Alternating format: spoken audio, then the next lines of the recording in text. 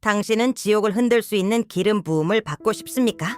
그렇다면 준비하세요. 그 대가는 전부입니다. 더 크게 외치는 것이 아닙니다. 은사나 재능, 지위에 관한 것도 아닙니다. 어떤 종류의 권능은 만들어낼 수 없고 연습할 수도 없으며 가장할 수도 없습니다. 그것은 오직 자신을 이미 포기한 자에게만 내려옵니다. 자존심이 살아남지 못하는 곳이 있습니다. 자아가 불타버리는 곳, 하나님 외에는 아무것도 함께할 수 없는 곳, 바로 그곳에서 위험한 기름 부음이 태어납니다. 그러나 이 과정을 견디는 사람은 드뭅니다. 제단을 받아들이는 사람도 드뭅니다. 불이 정화하기 시작할 때 머무르는 사람은 더 적습니다. 오늘 왜 어떤 사람들은 환경을 변화시키는 임재를 지니고 있고 다른 사람들은 단지 소음만 내는지를 이해하게 될 것입니다. 질문은 이겁니다. 당신은 그 대가를 치를 준비가 되었습니까? 거의 아무도 듣고 싶어 하지 않는 것이 있습니다. 하나님의 기름 부음은 상이 아니라 헌신입니다. 보여지고자 하는 자에게 머물지 않고 사라지기로 결심한 자에게 머뭅니다. 많은 사람이 지위를 구할 때 하늘은 순종을 구합니다. 하나님은 자아를 기름 부으시지 않습니다. 제단을 기름 부으십니다. 영적 자존심은 조용합니다. 그것은 좋은 의도, 아름다운 말, 경건해 보이는 겉모습 뒤에 숨습니다. 그러나 성령은 자기 홍보가 남아있는 곳에 머무를 수 없습니다. 참된 기름 부음은 인정을 필요로 하는 마음이 끝날 때 시작됩니다. 더 이상 보여지고자 하지 않고 단지 사용되기를 원할 때 시작됩니다. 로마서 12일은 시가 아닙니다. 그것은 부름입니다. 너희 몸을 살아있는 산 제물로 드리라. 제물은 거래하지 않습니다. 제물은 박수를 요구하지 않습니다. 제물은 자신을 내어줍니다. 그리고 여기서 역설이 나타납니다. 당신은 살아있지만 더 이상 자신을 위해 살지 않습니다. 대부분의 사람은 제단 없는 불을 원합니다. 십자가 없는 영광을 원합니다. 자존심, 허영, 통제에 매일 죽지 않고 영적 권위를 원합니다. 그러나 기름 부음에는 대가가 있으며 그 대가는 바로 당신입니다. 그것은 당신의 재산도 재능도 아닙니다. 당신의 의지입니다. 당신이 이것을 이해하지 못하는 한 당신은 순종에서만 나오는 것을 노력으로 만들어내려 계속 애쓸 것입니다.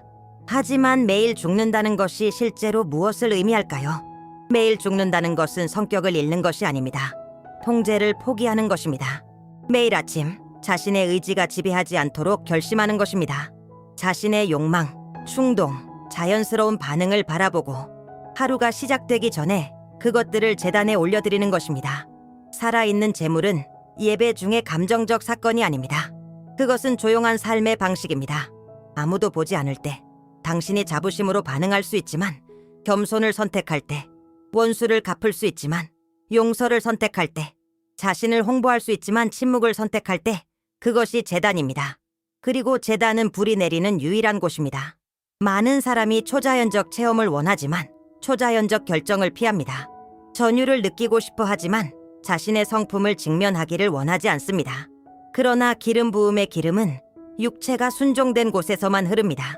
하나님은 개인적 야망을 영적 목적이라 가장한 곳에 성령을 부으시지 않습니다. 살아있는 재물은 계속적입니다. 한 번의 헌신이 아닙니다. 매일 갱신되는 헌신입니다. 육체는 매일 일어서려 하고 자아는 왕좌를 되찾으려 합니다. 바로 그때 당신은 다시 결심해야 합니다. 주님, 오늘도 나는 주님의 것입니다. 이렇게 기도하기 시작하면 무언가가 벗겨지기 시작합니다. 가면이 벗겨지고 동기가 드러나며 숨겨진 영역이 드러납니다. 그리고 많은 사람이 이 지점에서 물러납니다. 왜냐하면 기름 부음은 먼저 직면시키고 그 다음 능력 있게 하기 때문입니다. 말씀을 반복하는 것과 말씀을 영혼 깊이 새길 때까지 기도하는 것 사이에는 차이가 있습니다. 진심으로 말씀을 기도하기 시작하면 그것은 단순한 소리가 아니라 칼이 되며 칼은 베어냅니다. 많은 사람이 기름 부음을 원하지만 그것이 시작하는 과정을 감당할 준비가 되어 있는 사람은 적습니다. 주님, 저를 사용하소서 라고 말할 때 하늘은 이렇게 응답합니다. 그럼 내가 너를 다루게 하라. 그리고 이 다룸은 외부에서 시작되지 않습니다. 그것은 의도에서 시작됩니다. 진정한 기도는 가면을 제거합니다. 겉으로 드러난 겸손 속에 숨은 자존심을 드러냅니다. 영적 열심을 가장한 허영심을 보여줍니다. 여전히 인정받고자 하는 욕구가 남아있는 곳을 드러냅니다. 그리고 그것은 아픕니다. 당신이 부르심이라고 부르던 일부가 실제로는 결핍이었음을 깨닫는 것이 아픕니다. 하지만 이것이 결정적 순간입니다. 기름 부음은 가짜 정체성 위에 머물 수 없습니다. 하나님은 가면을 기름 부으시지 않습니다. 하나님은 마음이 부서진 사람에게 기름 부으십니다. 그래서 승진시키기 전에 정화하시고 권능을 맡기기 전에 마음을 다루십니다. 진정으로 헌신하며 성경을 기도할 때 미묘한 변화가 나타나기 시작합니다. 특정 대화가 더 이상 끌리지 않고 특정 행동이 불편하게 느껴집니다. 성령께서 당신의 양심을 조정하기 시작합니다. 그리고 바로 그때 비밀의 장소가 선택이 아니라 필수가 됩니다. 가면이 벗겨진 후 당신은 머물 곳이 필요합니다. 기름 부음이 단순히 방문하는 것이 아니라 거기에 머무는 곳이 있습니다. 그곳은 무대도 플랫폼도 아닙니다. 비밀의 장소입니다.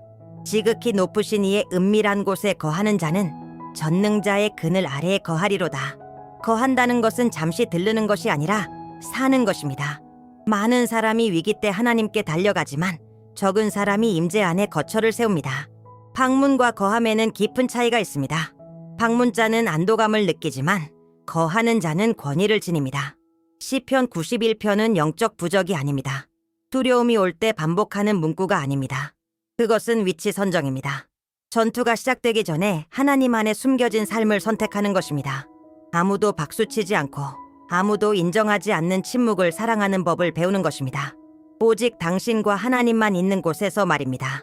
비밀의 장소에서 당신의 정체성이 회복됩니다. 그곳에서 당신은 인상 지을 필요가 없습니다. 증명할 필요도 경쟁할 필요도 없습니다. 그곳에서 하나님은 당신의 뿌리를 다루시고 의도를 바로잡으시며 영을 강하게 하십니다. 그리고 그곳에 거하기 시작하면 무언가가 변합니다. 두려움은 힘을 잃고 불안은 줄어들며 인정받고자 하는 욕구는 사라집니다. 전능자의 그늘 아래 거하는 자는 자신을 보호하는 일을 알기 때문입니다.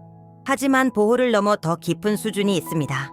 비밀의 장소에 거하기를 배울 때 첫 번째 눈에 보이는 변화는 주변에서 일어나지 않습니다. 내면에서 일어납니다. 마음이 강해지고 이전에 지배하던 생각은 힘을 잃습니다. 거대해 보이던 두려움은 멀리서 속삭이는 소리처럼 됩니다. 이것이 거함의 열매입니다. 지극히 높으신 이의 은밀한 곳에 사는 자는 세상이 반응하는 방식대로 반응하지 않습니다. 같은 속도로 절망하지 않고 같은 쉽게 화내지 않으며 어떤 의견에도 쉽게 흔들리지 않습니다. 마음이 지속적인 임재로 재정렬되었기 때문입니다. 하지만 이 방어막은 자동이 아닙니다. 말씀을 선포할 때 활성화됩니다.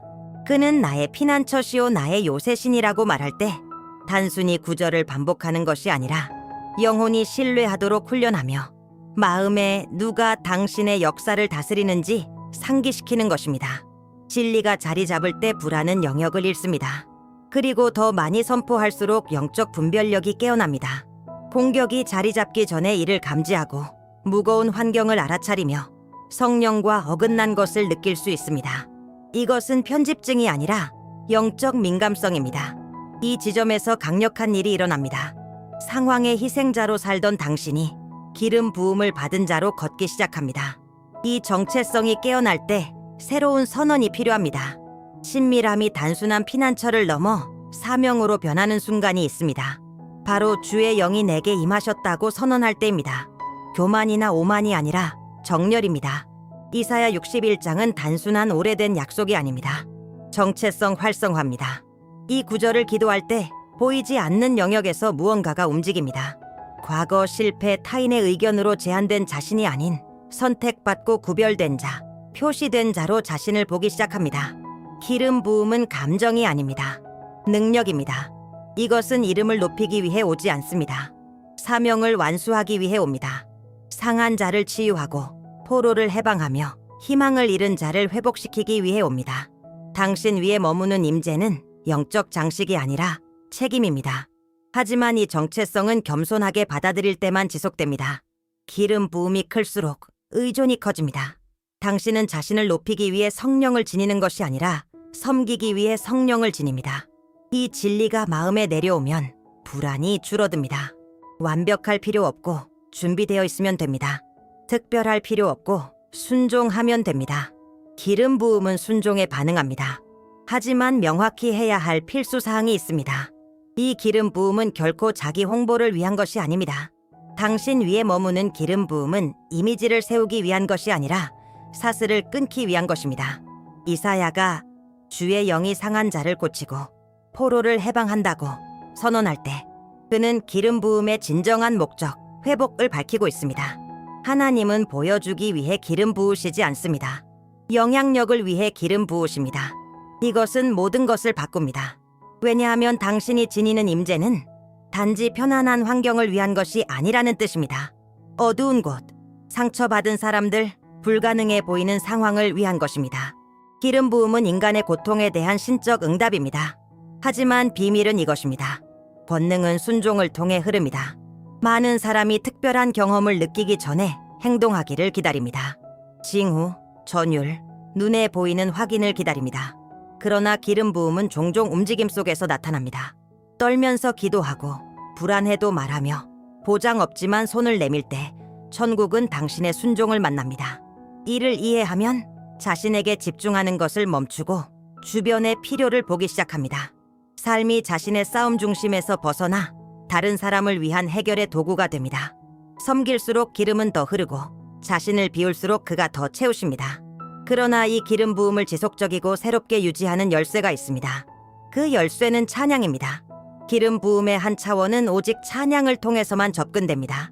성경은 하나님이 자신의 백성의 찬양 속에 거하신다고 말합니다. 즉 찬양할 때 당신은 보좌를 세우는 것입니다. 보좌가 있는 곳에 다스림이 있습니다. 찬양은 감정적 워밍업이 아닙니다.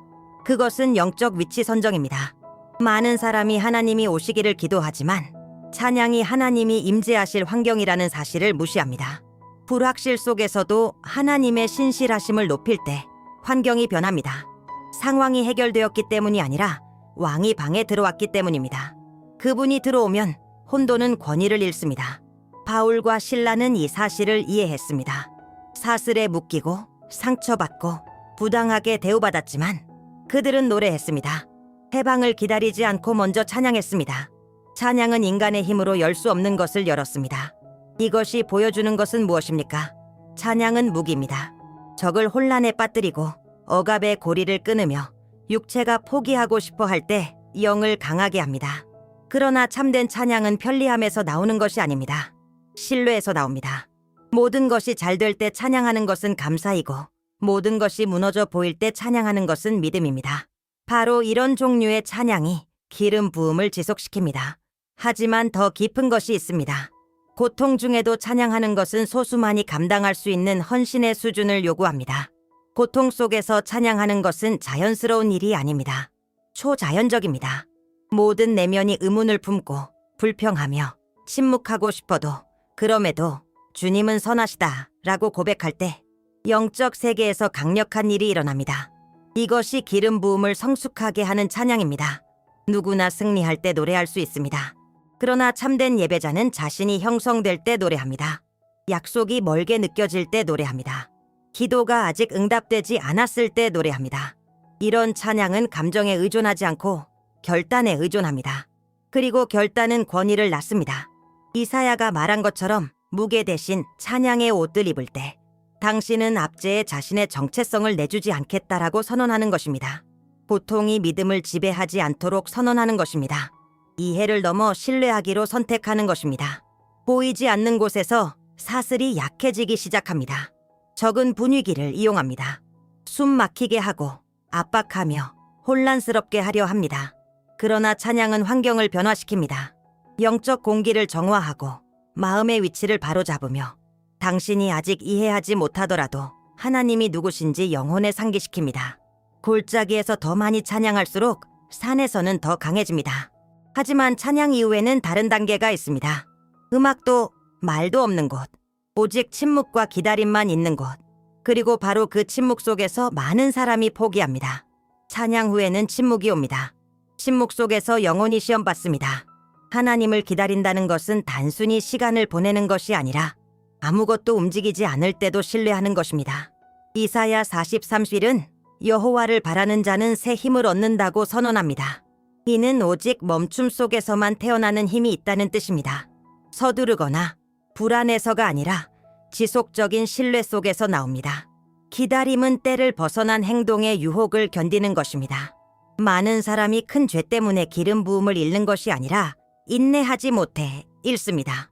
앞서 달리고 두려움에 의해 결정을 내리고 하나님이 아직 열지 않은 문을 억지로 열며 그렇게 할 때 하나님의 방향을 인간의 노력으로 바꿉니다. 그러나 기다리는 자는 성령의 리듬을 배웁니다. 독수리는 절망적으로 날지 않습니다. 올바른 바람을 찾아 위치를 잡고 날개를 펴고 바람에 자신을 맡깁니다. 하나님을 기다리는 자도 마찬가지입니다. 끊임없는 피로 속에 살지 않고 의존 속에 살아갑니다. 비밀한 곳에서 아무도 보지 않을 때 무언가가 만들어집니다. 성품이 강화되고 동기가 정화되며 비전이 조정됩니다. 기다림은 지연이 아니라 준비입니다. 그리고 때가 되면 움직임은 가볍고 의심이나 혼란 없이 평안이 있습니다.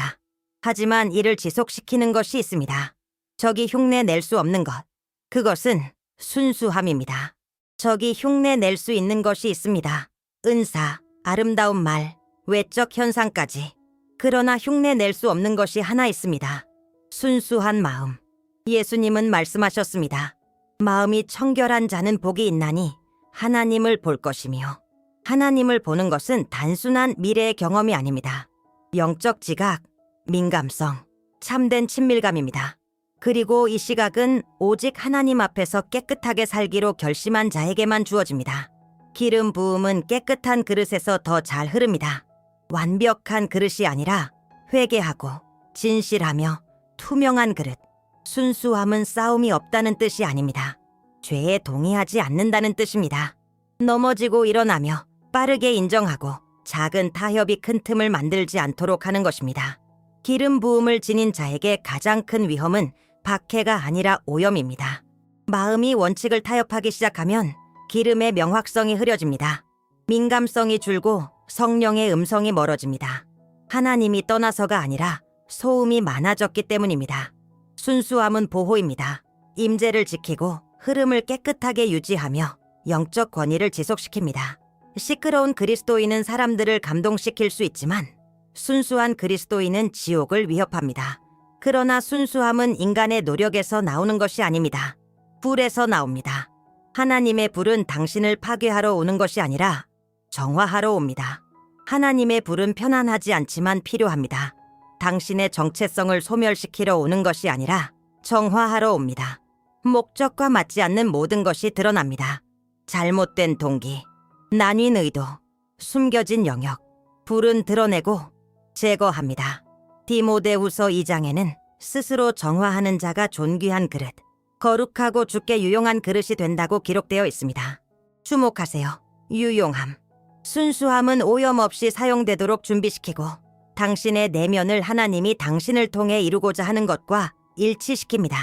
하지만 과정은 고통스럽습니다.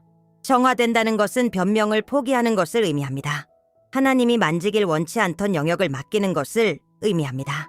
저항 없이 교정을 받아들이는 것을 의미합니다. 불은 헌신이 있는 곳에서 작동합니다. 금은 풀물을 두려워하지 않습니다. 더 순수하게 나오기 때문입니다. 같은 방식으로 성령께서 마음을 살피도록 허락하면 무언가가 조정되기 시작합니다. 말과 반응이 변하고 우선순위가 바뀌며 임재가 어떤 기회보다 귀하다는 것을 깨닫게 됩니다. 여기서 깊은 진리가 있습니다. 하나님은 깨진 성품 위에 새로운 기름 부음을 부으시지 않습니다. 먼저 구조를 강화하십니다. 적이 당신을 막을 수 없다면 그는 당신을 더럽히려 할 것입니다. 그리고 바로 여기서 모든 것이 결정됩니다. 적이 당신의 전진을 막을 수 없다면 그는 당신의 성실성을 타협하려 할 것입니다. 기름 부음은 한 번에 사라지지 않습니다. 작은 타협으로 서서히 닳습니다. 허용된 자존심, 키운 원한, 돌보지 않은 비밀 영역. 이렇게 기름이 흘러가기 시작합니다. 그래서 기름 부음의 대가는 처음에만 지불되는 것이 아닙니다. 매일 지불됩니다. 자신을 높일 수 있는 상황에서도 겸손을 선택할 때, 쉽게 마음을 닫을 수 있는 상황에서도 용서하기로 결정할 때, 일정이 바쁠 때도 비밀한 곳으로 돌아가는 훈련 속에서 기름 부음은 꾸준함으로 유지됩니다. 많은 사람이 불 속에서 시작하지만 적은 사람이 거기에 머뭅니다. 머무르는 것은 경계를 요구하기 때문입니다. 당신이 지닌 모든 것이 은혜임을 기억해야 합니다. 공로가 아니며 개인의 성취가 아닙니다. 이것을 이해하면 낮게 살며 의존하며 그 없이는 아무것도 할 수 없다는 것을 의식하며 살아갑니다. 위험한 기름 부음은 빠르게 올라가는 자의 것이 아니라 견고하게 머무는 자의 것입니다. 아무도 보지 않을 때도 예라고 말하는 자, 박수보다 임재를 귀히 여기는 자의 것입니다. 결국 모든 것은 한 가지 조용한 질문으로 귀결됩니다. 당신은 사람들에게 알려지길 원합니까? 아니면 하늘에게 인정받길 원합니까? 이 결정에서 모든 것이 정의됩니다. 이 여정에서 당신은 기름 부음이 무대에서 시작되지 않고 제단에서 시작된다는 것을 보았습니다. 헌신에서 태어나 비밀한 곳에서 자라며 정체성 안에서 강화되고 섬김 속에서 활성화되며 찬양으로 지속되고 기다림 속에서 성숙하며 순수함으로 보호됩니다. 순간적인 강렬함이 아니라 보이지 않는 꾸준함의 문제입니다. 위험한 기름 부음은 시끄럽지 않습니다. 깊습니다. 스스로 알릴 필요가 없습니다. 스스로 나타납니다. 매일 죽기로 결심한 자 위에, 지극히 높으신 이의 은밀한 곳에 거하기로 선택한 자 위에, 주의 영이 나에게 임했다고 선언하고 그 선언에 합당하게 살아온 자 위에 머뭅니다. 당신은 기름 부음을 쫓을 필요가 없습니다. 임재를 쫓아야 합니다. 임재가 머물면 기름은 자연스럽게 흐릅니다. 기름이 흐르면 환경이 변하고 사슬이 끊기며 삶이 회복됩니다. 당신의 힘으로가 아니라 그리스도께서 당신 안에 살아 계시기 때문입니다. 이제 선택은 당신 앞에 있습니다. 이 메시지가 마음을 울렸다면 영적으로 성장하기 위해 채널에 가입하세요. 이 말씀을 더 많은 사람들에게 전달할 수 있도록 좋아요를 눌러주세요. 여기까지 함께 해주셔서 감사합니다. 단순히 임재를 방문하는 삶이 아니라 매일 그 안에 거하는 삶을 사시길 바랍니다.